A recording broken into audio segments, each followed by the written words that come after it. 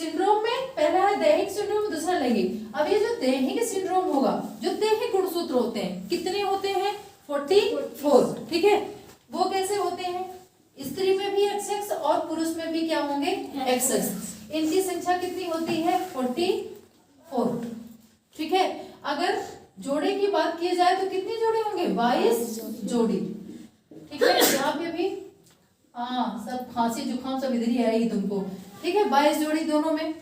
अब देखो यहाँ पे दैहिक गुणसूत्र है तो इनमें कमी या अधिकता की वजह से रोग उत्पन्न होंगे, ध्यान रखना। यहाँ पे लैंगिक गुणसूत्र की बात नहीं हो रही है, किसकी हो रही है दैहिक गुणसूत्र की। तो सबसे पहले इसमें बीमारी कौन सी आती है, कौन सी आती है डाउन सिंड्रोम, डाउन सिंड्रोम, हाँ डाउन सिंड्रोम। इसमें क्या होता है कि जो ये दैहिक गुणसूत्र होते हैं उसमें से जोड़ी याद रखना 21वें जोड़ी का गुणसूत्र क्या हो जाता है, उसमें 21वीं जोड़ी का गुणसूत्र एक ज्यादा हो जाएगा, ठीक है। तो यहाँ पे देखो अगर 21वीं जोड़ी का गुणसूत्र कितना है XX, तो इसकी जगह क्या हो जाएगा XX और X। वैसे गुणसूत्र की संख्या कितनी होती है 44, लेकिन इस कंडीशन में गुणसूत्र की संख्या टोटल कितनी हो जाएगी बेटा 45, क्योंकि यहाँ पे एक गुणसूत्र बढ़ गया, ठीक है। अब टोटल नंबर ऑफ गुणसूत्र कितने हो जाएंगे, अगर लैंगिक गुणसूत्र भी इसमें इंक्लूड करते हैं तो वैसे कितने होते हैं 46, लेकिन जब इसमें एक बढ़ जाएगा तो टोटल कितने हो जाएंगे 47। लेकिन बढ़ता कौन है 21वीं जोड़ी का गुणसूत्र, क्लियर है इतना। अब इसको खोजा किसने था डाउन ने, इसलिए इसको क्या बोला जाता है डाउन सिंड्रोम। दूसरी चीज इसको मंगोलियन जड़ता भी कहा जाता है, ध्यान रखना।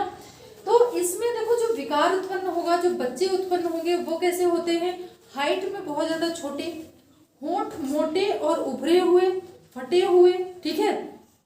आंखें बिल्कुल उभरी हुई, हथेलियां हाथ की कैसी फूली हुई, उंगलियां छोटी छोटी और हाथ पैर भी बिल्कुल छोटा छोटा होता है। और ये जो खोपड़ा है ना ये कैसा होता है बड़ा, वो बिल्कुल देखने में कैसे लगते हैं मंगोलों जैसे, ठीक है। मंगोलिया एक देश है, वहां के जो लोग होते हैं मैक्सिमम इसी टाइप के होते हैं, ठीक है। तो और जो बच्चा होगा वो कैसा होगा मंद बुद्धि। इसलिए ये वाला जो सिंड्रोम है डाउन सिंड्रोम, या इसी को हम क्या बोलते हैं बेटा मंगोलियन जड़ता, मंगोलियन जड़ता, क्लियर है इतना। फिर आपका दूसरा है इसी में एडवर्ड सिंड्रोम। बस इसमें ज्यादा डेप्थ में नहीं जाना है, बस ये चीज याद रखो कि कौन सी जोड़ी में क्या कमी और क्या परिवर्तन हो रहा है। इसमें जो होगा तो जो दैहिक गुणसूत्र है उसकी 18वीं जोड़ी, 18वीं जोड़ी का एक गुणसूत्र क्या हो जाएगा अधिक हो जाएगा, तो यहाँ पे XX हो जाएगा। टोटल इसमें भी गुणसूत्र कितने हो जाएंगे 47, मतलब दैहिक गुणसूत्र कितने होंगे टोटल 45 और दो आपके लिंग गुणसूत्र टोटल कितने हो जाएंगे 47, ठीक है। एडवर्ड सिंड्रोम की विशेषता क्या है, क्या क्या होता है इसमें, इसमें भी जो बच्चा उत्पन्न होगा वो कैसा होगा मंदबुद्धि, ठीक है। और ज्यादा दिन तक ये बच्चा जीवित नहीं रहता, ठीक है। हाँ, इसकी गर्दन कैसी होगी छोटी होगी और अंगूठा भी छोटा होगा और ये खोपड़े का साइज भी ये भी कैसा होगा छोटा, मतलब वो आकार में कैसा होता है छोटा, ठीक है। और वो ज्यादा दिन तक जीवित नहीं रहता, लगभग उसकी उम्र कितनी होती है 6 महीने, ठीक है। तो ये आपका क्या हो गया एडवर्ड सिंड्रोम।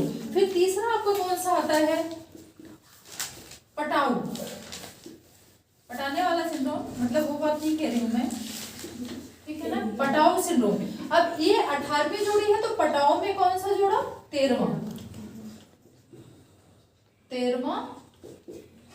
जोड़ा।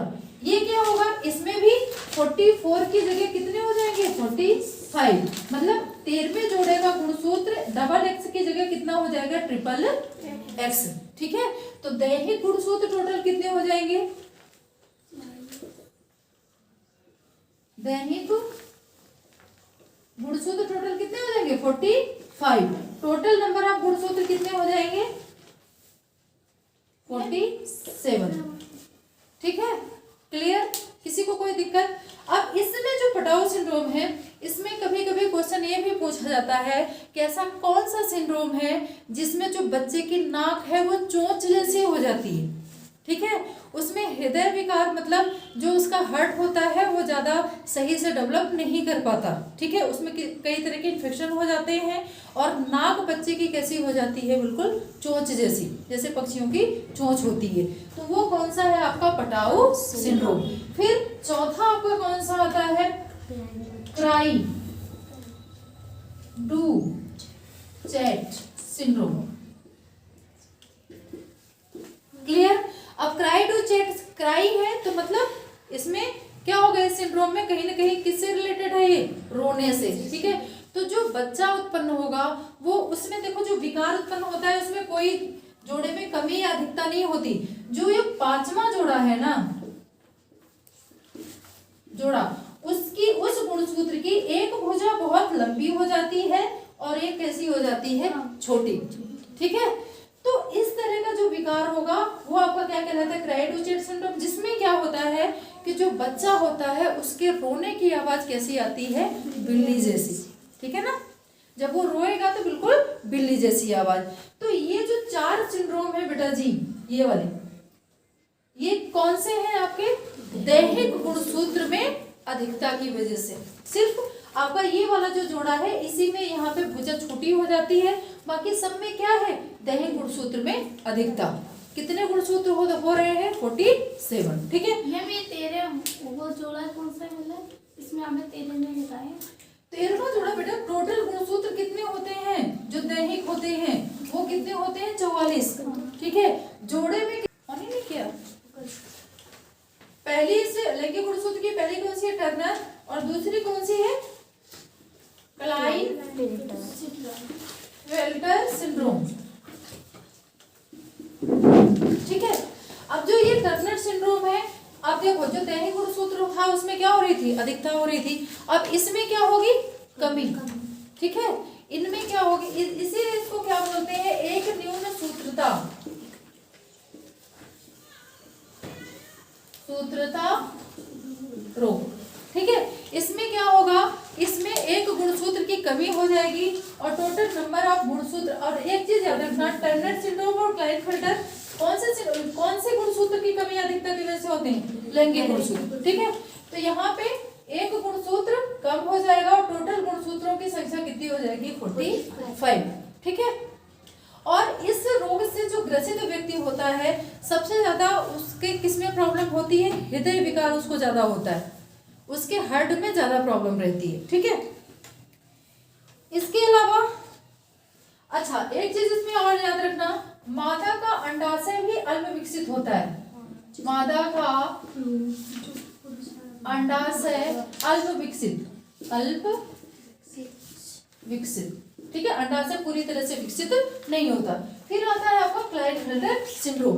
क्लाइनफेल्टर सिंड्रोम में क्या होता है, इसमें एक गुणसूत्र की क्या हो जाती है, अधिकता, इसमें भी क्या हो जाती है, हाँ, इसमें एक गुणसूत्र की कमी होती है, इसमें एक गुणसूत्र की क्या हो जाती है, अधिकता हो जाती है, ठीक है। तो जब एक गुणसूत्र की अधिकता हो जाएगी तो जो इससे अच्छा, ये जो सिंड्रोम है ये मैक्सिमम किस में देखने को मिलता है, पुरुषों के गुणसूत्र में, ठीक है।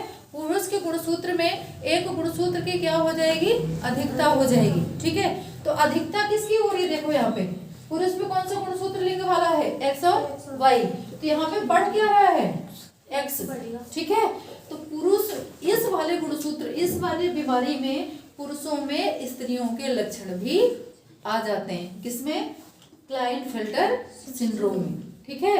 वो कुछ उसके जो शारीरिक अंग हैं वो कैसे होंगे, स्त्रियों जैसे, और कुछ कैसे होंगे, पुरुष जैसे। रीजन क्या है, पहले तो संतुलन था लेकिन यहाँ पे एक्स गुणसूत्र एक बढ़ गया, और एक्स गुणसूत्र किसमें होता है, स्त्रियों में, ठीक है, क्योंकि लैंगिक गुणसूत्र एक्स था और एक्स किसमें पाया जाता है, स्त्रियों में। और यहाँ भी दोनों गुणसूत्र कैसे हो गए, स्त्रियों वाले, इसलिए पुरुषों में ये वाई वाला तो पुरुषों का हो गया, ये वाला किसका हो गया, स्त्रियों का, इसलिए इसमें स्त्रियों के लक्षण भी सम्मिलित हो जाते हैं, किसमें, क्लाइनफेल्टर सिंड्रोम में। ये हो गए आपके सारे सिंड्रोम। टोटल कितने सिंड्रोम है, 6।